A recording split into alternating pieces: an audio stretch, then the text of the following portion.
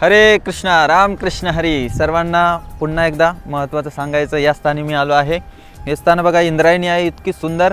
त्याच्या बाजूला पुणे आहे, तर भरपूर पुणे म्हणजे पुण्याचा भाग आहे। तर मोठी मोठी बिल्डिंग बनत आहेत, पण ती इंद्रायणी जशीच तशी एकदम अफाट असं पात्र एकदम सुंदर रीतीने संत गतीने वाहत आहे। आणि इथे बघा, हे जे स्थान आहे, या स्थानाचं हे महत्त्व सांगण्यासाठी आहे की सिद्धबेटाचा हा कोपरा आहे असं सांगण्यात येतं। दोन प्रकारचे मत आहेत। आता कसं आहे, अनेक गोष्टीचे मत वेगवेगळे असतात आणि आपण ते जाणून घेऊन त्यानुसार एक प्रकारे एक आपला भाव बनवायचा असतो त्याप्रती। माऊली, जसं आपण या स्थानावरून आलो की माऊली तिथे राहायचे, त्यांचं घर होतं सिद्धबेटामध्ये। तर माऊली म्हणजे त्यांचे आई वडील आणि त्यांचे भावंड। तर या ठिकाणी जसं त्यांना देहांत प्रायश्चित घेण्यासाठी सांगण्यात आलं होतं माऊलींच्या आईवडिलांना, तर ते जे स्थान असं म्हणलं जातं हे स्थान आहे। या ठिकाणी येऊन त्यांनी देहांत प्रायश्चित घेतलं होतं। दुसरी गोष्ट काय वर्णनानुसार येते की ते वाराणसीला जाऊन त्या ठिकाणी त्यांनी देहांत प्रायश्चित घेतलं होतं। पण देहांत प्रायश्चित घेतलं होतं हे मात्र नक्की आहे। तर ते बाकी आपण थोडक्यात जाणतो की माऊली म्हणजे त्यांचे जे आई वडील होते, जे त्यावेळेसचे कर्मकांडी ब्राह्मण होते, त्यांना त्रास द्यायचे त्यांच्या ज्या पूर्व जीवनात घडलेल्या घटनांमुळे। तर मग ती घटना इथे घडलेली आहे, हे फार पवित्र असं स्थान। तर महत्त्वाचं हे आहे की इथे इंद्रायणी वाहत आहे बघा, इंद्रायणी। तर इंद्रायणीविषयी थोडक्यात अशी घटना किंवा एक कथा ऐकलेली आहे, ती सांगतो की जे इंद्रदेव आहेत, तर इंद्रदेवांचं मन पार्वती मातेवर, त्यांच्या सुंदरतेवर आकृष्ट होऊन आलं होतं म्हणे। पार्वती माता ही सती आहे स्वतः, एवढी मोठी भगवान शंकराची अर्धांगिनी। तर तिने शाप दिला होता इंद्राला की तुला एवढं स्त्रीप्रती आकर्षण आहे, तर तू स्त्री होऊन पडशील, म्हणजे नदी स्वरूपात वाहशील।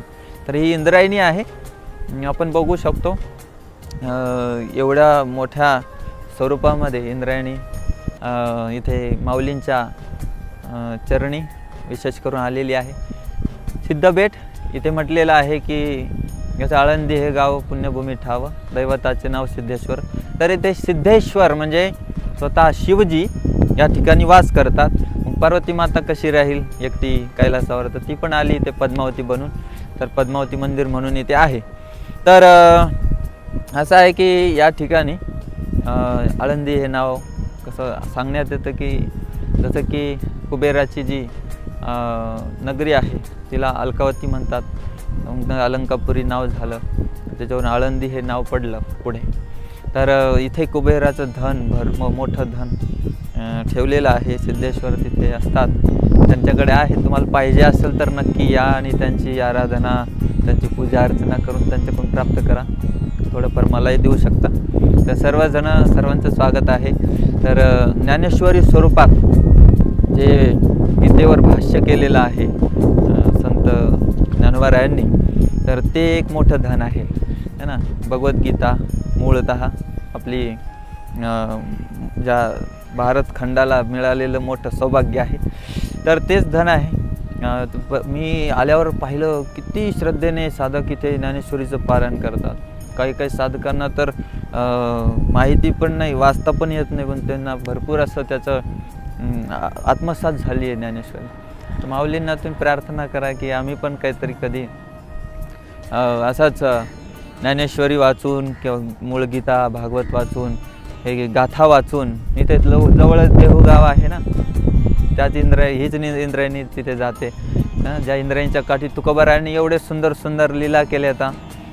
पांडुरंग सोबतच असायचे आहे की नाही। तर माऊली सुद्धा पंढरीनाथांच्या चरणी सदैव वास करतात। त्यांच्या शयनगृहात पाहिलं, आमचे एक भक्त दाखवत होते की माऊली बाळकृष्णाला घेऊन झोपतात आहे की नाही।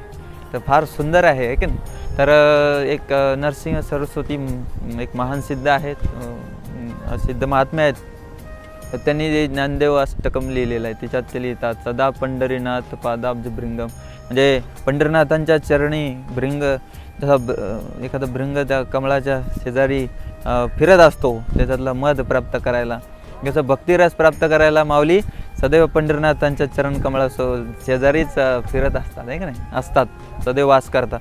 तरी माऊलींचं विशेष भाव आहे, म्हणून तर ते या कलियुगासाठी नामाचं मोठं धन देऊन गेले है ना. हरिपाठाच्या रूपामध्ये असो, हरिमुखे म्हणा पुण्याची गणना कोण करी है ना. पुण्याची नाही आहे, त्या पुण्याची गणना नाही करायची आपल्याला, पुण्याची म्हणजे जीवनामध्ये अनेक सुकृतींचा ज्यावेळेस उदय होतो त्यावेळेस व्यक्ती हरिनाम घेण्या इतपत त्याला म्हणजे गोडी त्याच्यामध्ये येते. म्हणून म्हणतात ना, बहुत सुकृतांची जोडी म्हणूनही विठ्ठल आवडी. तर तुम्हाला काय वाटतंय, असं तुम्हाला बनायचं आहे का नाही ते नक्की कमेंटमध्ये सांगा. आणि राहिली गोष्ट, बरेच जण असे आहेत त्यांना कळतच नाही की एवढी आम्ही कष्ट करतो, इथं उभा राहतो, इथं येतो. थोडंफार तरी तुमचं सहकार्य मिळावं आहे का नाही. थोडंफार सबस्क्राईब करा, शेअर करा, दुसऱ्यांना कळू द्या ना. काय जातं असं, एखादी जर पोरगी असती ना या जागी तर तिला बघायला म्हणून नक्की तिथं व्हिडिओ पाहायला जातात, तिला पहिले सबस्क्राईब करतात. क्षमा करा, तुम्हाला वाटत असेल असं का म्हणतात महाराज, अरे असंच बोलावं लागतं राव, लोकांना कळतच नाही की किती महत्त्वाचं आहे का नाही.